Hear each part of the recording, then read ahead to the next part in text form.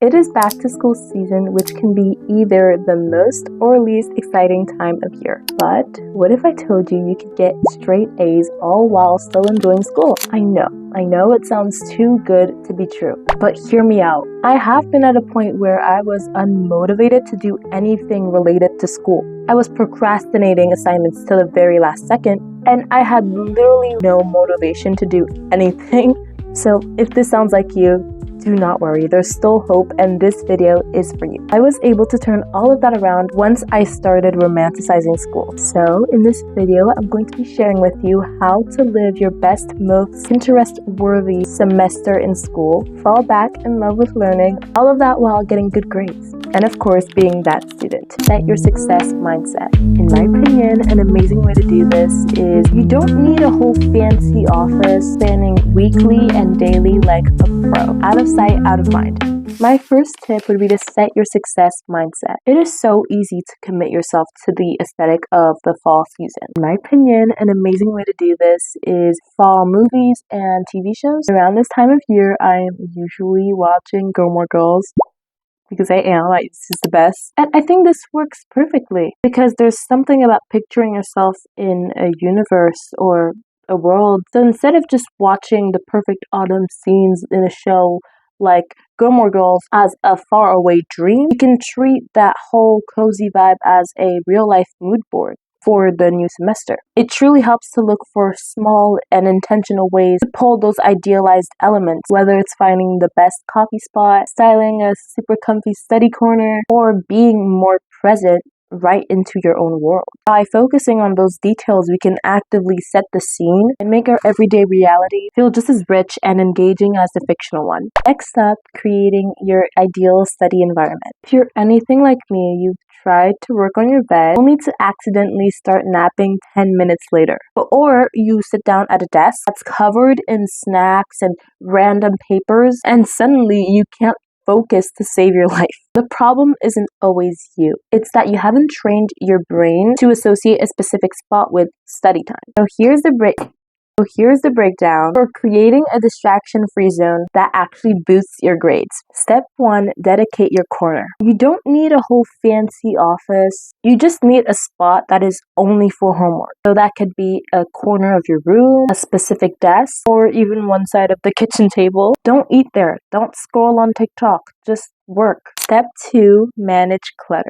Remember the perfect aesthetic vibe we talked about? Bring that energy here. Our brains get so overwhelmed by visual noise, so get rid of all the random clutter, the water bottles, the junk. Keep it minimal and appealing. Maybe you could add a small plant, a lamp, or even just a candle. If your desk looks calming, your brain will feel calmer. Step 3, the phone rule.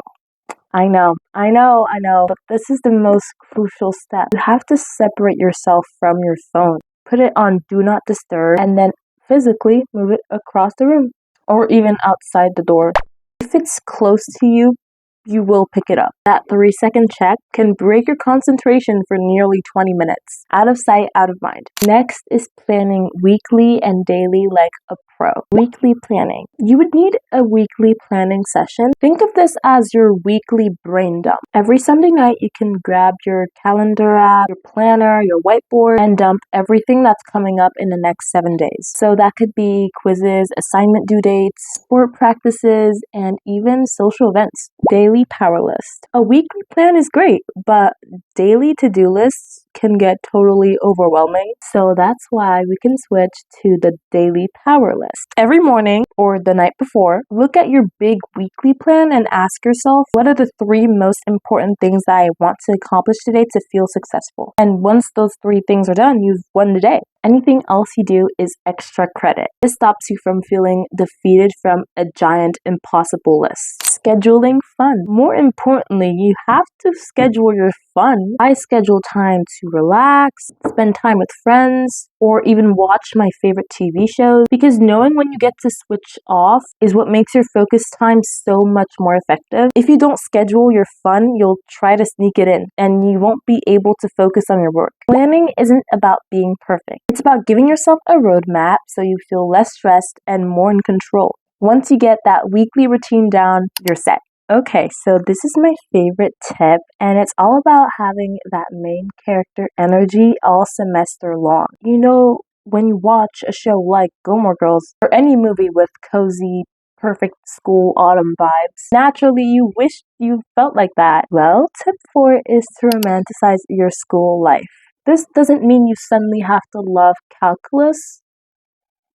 Don't try to love calculus. This means you make the process of being a student feel intentional, appealing, and honestly kind of aesthetic. When you love the atmosphere, you feel way more motivated. Create intentional rituals. If you walk or take the bus, use that time for the best part of your playlist or your favorite podcast. Turn the travel time into your peaceful, quiet time before all of the chaos. Even if you have a study hall or a free period, go to the quietest spot and make it your own scene. Headphones on, maybe a background rain nose track, and just focus on being in the moment, in that moment of concentration. Upgrade your tools aesthetically. Stop using the generic ones that are given to you. Go get that satisfying spiral notebook that you find appealing, maybe in a cool color or texture, and keep it organized. Find that one pen that writes perfectly, the one that makes your notes look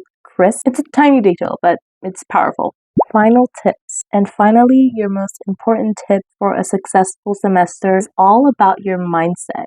We're calling this the embrace the B plus mindset. Being the best student isn't about getting the perfect 4.0 GPA or stressing out over every single point. That is a recipe for burnout. Being the best student, in my opinion, is being consistent, resilient, and healthy. A B plus student is still crushing it. They're getting great grades, but also realizing that one bad grade or a stressful week is not the end of the world. If you focus on being consistent and forgiving yourself when things aren't perfect, you'll finish the semester strong and healthy, all the way less stress. And that, in my opinion, is the definition of a perfect student.